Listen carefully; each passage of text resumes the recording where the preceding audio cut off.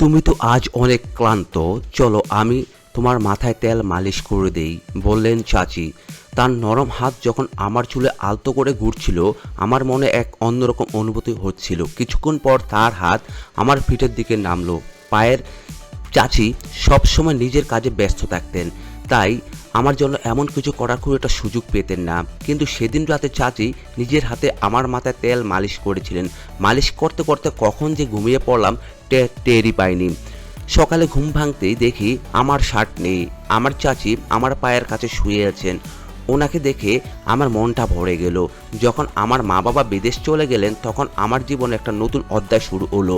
মা বাবা আমার যত্নের জন্য আমার চাচিকে আমাদের বাড়িতে থাকতে বলেন। পায়েল চাচি বয়সে প্রায় 40-এর কাছাকাছি হলেও তার ব্যক্তিত্ব ও রুচিশীলতা ছিল মনোমুগ্ধকর। তার চালচলন, হাসি এবং কথার ধরন সবকিছু আকর্ষণীয় ছিল। আমি তার দিকে মুগ্ধ হয়ে তাকিয়ে থাকতাম। সত্যি বলতে চাচি ছিলেন সত্যি আকর্ষণীয়। তার মুখে সবসময় এক অদ্ভুত হাসি লেগে থাকতো। আর চাচি যে আমার যত্ন নিতেন তা এক কথা ছিল ভীষণ আলাদা। আমার প্রতি এমন একটা ভাবনা ছিল যেন আমি এখনো ছোট্ট শিশু, প্রতিটি প্রয়োজনের জন্য আমার উপর নির্ভরশীল। তিনি আমার খাবার দাবার থেকে শুরু করে পোশাক পরিচয় সব কিছুতে নজর রাখতেন, যেন প্রতিটি ছোট বড় দায়িত্ব তার উপরই। অনেক সময় তার এই অতিরিক্ত যত্ন আমার মনে প্রশ্ন জাগত, কিন্তু সত্যি বলতে এর মধ্যে আমি স্বস্তি খুঁজতে পেতাম। সকালে তিনি যখন আমাকে গোসল করাতে কথা বলতেন, তার কণ্ঠে এক আলাদা ভাব থাকতো। বারবার তিনি নিজেই আমাকে গোসল করাতে চাইতেন, যেন বুঝতেই চাইতেন না যেন আমি বড় হয়ে গেছি। বন্ধুরা, আজকের গল্পটা অনেক বেশি স্পেশাল, কেউ মিস করো না। আর গল্পটা ভালো লাগলে ভিডিওটা লাইক, শেয়ার এবং চ্যানেলটি সাবস্ক্রাইব করো প্লিজ। একদিন চাচি আমাকে বলেন, তুমি ছোটবেলা কতবার আমার কাঁধে উল্টে খেলতে। আমি একটু লজ্জা করে চাচিকে বললাম, চাচি আমাকে এভাবে লজ্জা দিও না। কিন্তু থামালেন না এবং গোসলের সময় আমার দিকে তাকিয়ে রইলেন। আমার নাম সৌরভ, আর আমার এখন বয়স 20 বছর। ছোটবেলা থেকে শুনে আসছি যে মায়ের পরে চাচি আমার মায়ের মতো। কথাগুলো বারবারই আমার মনে একটা প্রশ্ন জন্ম দিত, সত্যি কি চাচি এতটা গুরুত্বপূর্ণ? তবে কখনো যে ভাবিনি যে চাচি আমার মধ্যে এমন কিছু একটা গল্প, যা আমি কল্পনাও করিনি। তিনি ছোটবেলায় আমার এত যত্ন নিয়েছেন, তার দৃষ্টিভঙ্গি যে কতটা বদলে যাবে তা বুঝতেই পারিনি। একবার আমার মা বাবা 2 মাসের জন্য বিদেশ গিয়েছিলেন। মা বাড়ির দেখাশোনার জন্য একজন সহকারী পাঠিয়েছিলেন। পরের দিন সকালে ঘুম থেকে উঠলাম, হঠাৎ দরজার ঘন্টা বাজলো। যেহেতু মা বাবা বিদেশ চলে গিয়েছিলেন, তাই ভাবলাম হয়তো কেউ এসেছেন। দরজা খুলতে সামনে দেখি এক লম্বা, সুন্দরী এবং আত্মবিশ্বাসী মহিলা। তার চোখে ছিল এক ধরনের ঝলক আর মুখে ছিল মৃদু হাসি। তিনি হাসতে হাসতে বলেন, এই বাড়িতে একজন কাজের মহিলা দরকার ছিল, তাই না? আমি তাকে মনোযোগ দিয়ে দেখলাম, বললাম, হ্যাঁ, সম্ভবত আমার মা আপনাকে ডেকেছেন। তারপর তাকে বাড়ির ভিতরে নিয়ে এলাম। যখন তিনি ঘরে ঢুকলেন, আমি তাকে রান্নাঘর দেখালাম। তবে তিনি এমনই অভিজ্ঞ ছিলেন যে রান্নাঘরে কি কোথায় আছে তার সঙ্গে সঙ্গে বুঝে গেলেন, যেন আগে থেকে এখানকার সব কিছু তার জানা। আমি ভাবলাম এটা খুবই ভালো, মা নিশ্চিন্তে থাকতে পারবেন। তখনই মাকে ফোন করে জানালাম যে কাজের মহিলা এসে গেছেন। মা শুনে অনেকটা নিশ্চিন্ত হলেন যে আমিও বুঝলাম এখন আর একা থাকার অনুভূতিটা থাকবে না। সারাদিনে কাজের পর সন্ধ্যা কাজের মহিলাকে ছুটি দেওয়ার সময় হলো।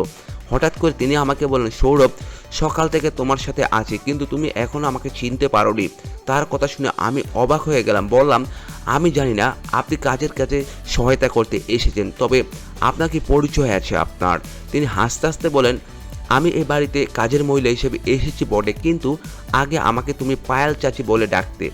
আমার নাম পায়েল। তোমার ছোটবেলা থেকে আমি তোমার দেখাশোনা করেছি। আমি বিস্মিত হয়ে বললাম, আমার জানা ছিল না যে পায়েল চাচি আমার জন্য এসেছেন। পায়েল চাচি এই কথা বলতেই তিনি আমার হাত নিজের হাতে নিলেন। তার স্পর্শে আমার মায়ের মতো এক ধরনের স্নেহ অনুভব করলাম। আমার মনে এক অদ্ভুত এক আনন্দের ঢেউ বয়ে গেল। আমি তাকে খুবই বললাম, এত বছর পর আপনাকে দেখে আমি খুবই খুশি হয়েছি। সন্ধ্যা প্রায় 6টা বাজে, তাই তাকে বললাম, আজকের কাজ শেষ, এখন আপনি বিশ্রাম নিতে পারেন, কাল সময় মতো চলে আসবেন। তখন তিনি বললেন, সৌরভ, আমার নিজে থাকার জন্য কোনো বাড়ি নেই। তুমি যদি আমার বেতনে কিছুটা কমাও তাও সমস্যা নেই, তবে যদি তোমার বাড়িতে একটি ঘরে থাকতে পারি তাহলে ভালো হয়। আমি সঙ্গে সঙ্গে মাকে ফোন করে সব জানালাম। মা বলেন, আমাদের বাড়িতে তো একটি ঘর খালিই আছে, ওটা তাকে দিয়ে দাও। ও থাকলে তোমার কোনো প্রয়োজন সব মুহূর্তেই পূর্ণ করবে, তোমার ছোটোখাটো কাজে সাহায্য করবে। মায়ের কথা শুনে আমি তাকে সেই ঘরটি থাকার জন্য দিলাম। তিনি সঙ্গে সঙ্গে পোশাক আনেননি, তাই মায়ের কিছু পুরনো শাড়ি তাকে দিলাম এবং মায়ের ঘরে পোশাক পাল্টানোর কথা বললাম। আমি বাইরে চলে গেলাম। প্রায় 10 মিনিট পরে আমি মায়ের ঘরে গেলাম, কারণ আমার ফোনের চার্জার দরকার ছিল। তবে আমি ভুলে গিয়েছিলাম যে চাচি তখনও ঘরে ছিলেন। আমি দেখলাম চাচি পোশাক পরিবর্তন করছেন। লজ্জা তাড়াতাড়ি চোখ বন্ধ করে ফেললাম, কিন্তু চাচি এতে কোনো সংকোচ অনুভব করলেন না, বরং বললেন, সৌরভ এসো এখানে বসো, আর বলো তো তোমার মায়ের এই শাড়িটা আমার উপর কেমন লাগছে। তার পোশাক পরিবর্তনের মধ্যেও তিনি আমাকে সামনে বসতে ডাকছিলেন, কিন্তু আমার মনে হলো এটা ঠিক নয়। চাচি দেখতে অত্যন্ত সুন্দরী ছিলেন, বয়স প্রায় 40 হলেও তার শরীরের চেহারা ও বয়সের চেয়ে অনেক কম মনে হতো। কিছুক্ষণ পরে তিনি মায়ের শাড়ি পরে ঘর থেকে বেরিয়ে এলেন, আর পুরনো শাড়িতেও তাকে চমৎকার দেখাচ্ছিল। এইভাবে কয়দিন কেটে গেল। পায়েল চাচি প্রায় 10 দিন ধরে আমাদের বাড়িতে দেখাশোনা করছিলেন। একদিন তিনি আমার ছোটবেলার অনেক স্মৃতি শোনালেন। শুনে আমি যেন নিজের শৈশবে ফিরে গেলাম।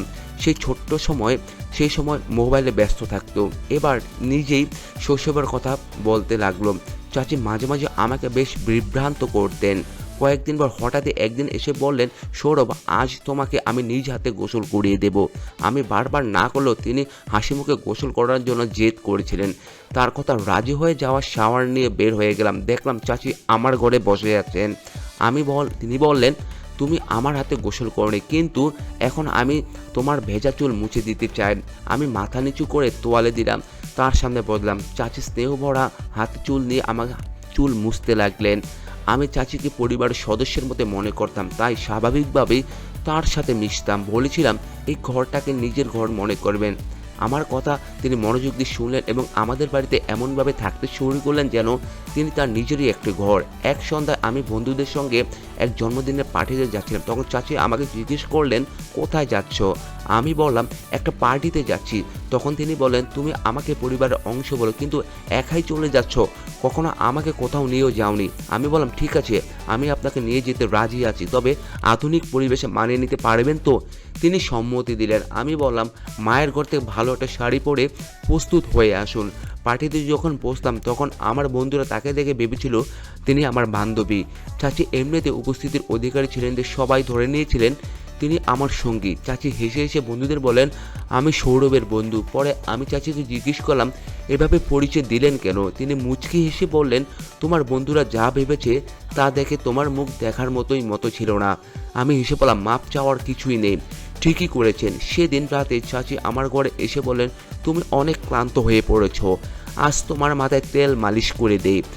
আর স্নেহভরা হাত যখন আমার চুলে পড়লো, আমার গায়ে কাঁটা দিয়ে উঠলো। তারপরে আস্তে আস্তে তার হাত আমার পিঠে চলে গেল।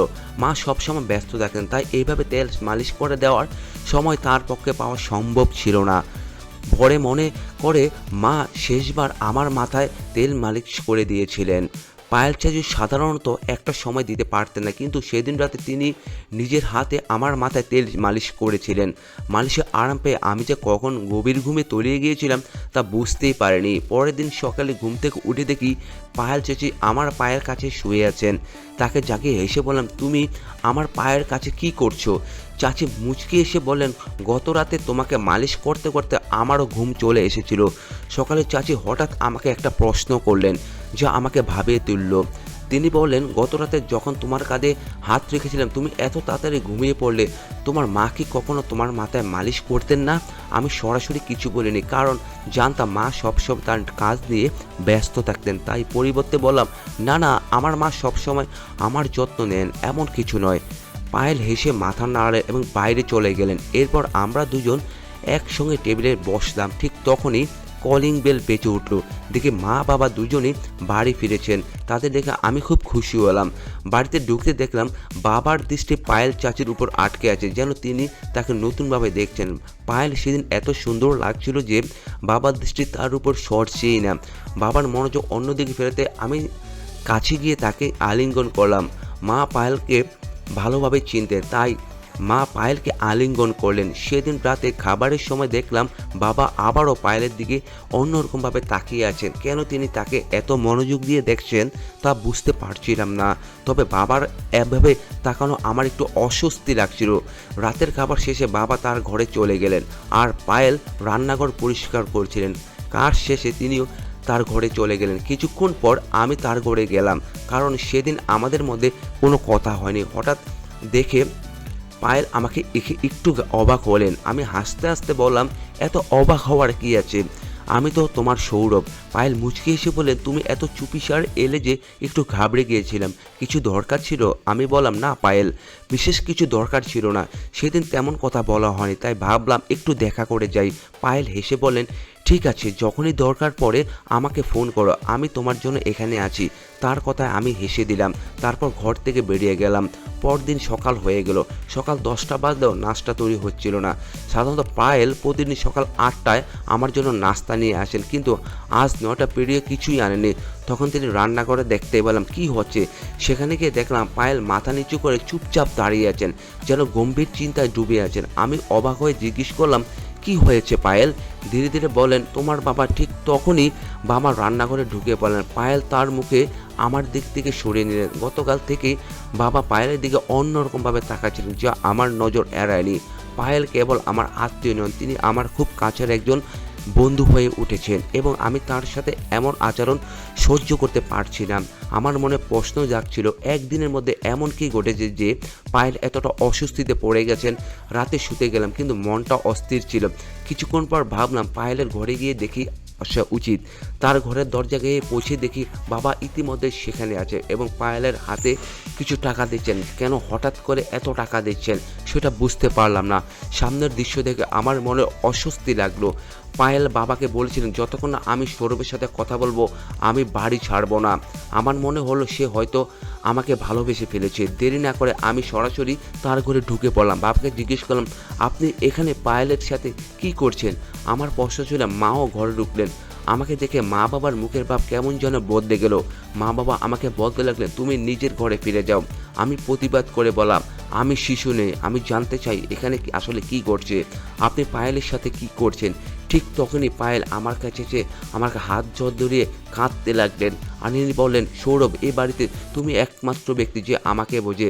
এখানে আসার পর থেকে তোমাকে অনেক কিছু বলতে চেয়েছি, কিন্তু কিছু কারণে চুপ ছিলাম। পায়েলের কথা আমি অবাক হলাম এবং তাকে সান্ত্বনা দিয়ে বললাম, যদি কোনো নিরীহ মানুষের সাথে অন্যায় করা হয়ে থাকে তাহলে তা আমি সহ্য করব না। তখন মা পায়েলকে বলেন, তুমি চুপ থাকায় বলো আর এখান থেকে চলে যাও। কিন্তু পায়েল উত্তেজিত হয়ে মায়ের দিকে তাকিয়ে বলেন, আজ চুপ থাকবো না, আমি সৌরভকে সব সত্য বলবো। পায়েল আমার দিকে ফিরে বলেন, সৌরভ, এই তোমার মা বাবা সন্তান নও, তোমার আসল মা হচ্ছে তানিয়া, তিনি আমার বড় বোন। কয়েক বছর আগে এই বাড়িতে কাজ করতেন এবং দুজন যমজ সন্তান জন্ম দিয়েছিলেন। তোমার বাবা তাদেরকে একজনকে তোমার দত্তক হিসেবে নিয়েছেন, আর আমি এখন তোমার ভাইয়ের যত্ন করি। তোমাকে ভালোভাবে দেখাশোনা করার জন্য আমি এখানে আছি। এই কথা শুনে আমার মনে একটা নতুন প্রশ্ন তৈরি হলো। আমি পায়েলকে দূরে সরিয়ে দিলাম। আমি আপনার কথা বিশ্বাস করি না, আমি আপনার মায়ের মতোই, তবে আমি নিজের জীবন নষ্ট করতে চাই না। আপনি যা বলছেন সেটা আমার আসল মা বাবা নন, আমি তা মেনে নিতে পারছি না। আপনার প্রতি আমি অভিযোগ শুনে আর ভালো লাগছে না, কারণ তারা আমাকে নিজের সন্তানের মতোই ভালোবাসে এবং যত্নে বড় করেছেন। সব জানলেও আমার এতে কোনো আপত্তি নেই, কারণ তারা আমাকে এমনভাবে জীবন দিয়েছেন যা আমি কল্পনাও করতে পারিনি। এরপর মা বাবা সিদ্ধান্ত নিলেন যে পায়েলকে পুলিশের হাতে দিবেন, তবে আমি যমজ ভাইয়ের জন্য ক্ষমা করলেন, কারণ সে পায়েলের কাছে রয়েছে। কয়েক বছর আগে পায়েল আমার মা বাবার কাছ থেকে বেশ কিছু টাকা নিয়েছিলেন। আমার জন্মের পর আমার আসল মায়ের মৃত্যু হয়েছিল, তখন পায়েল আমার বড় ভাইয়ের দেখাশোনা করতে, কিন্তু দুর্ভাগ্যবশত তিনি ভাইকে সঠিকভাবে বড় করেননি।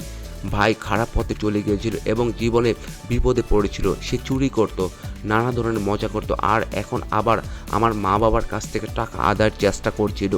কিছু গহনাও সে চুরি করছে, কিন্তু তাতে সে সন্তুষ্ট ছিল না। পায়েল আমার মা বাবার কাছ থেকে 20 লাখ টাকা দাবি করেছিল, কিন্তু আমার মা বাবা স্পষ্ট করেন না আমাকে করে দেন।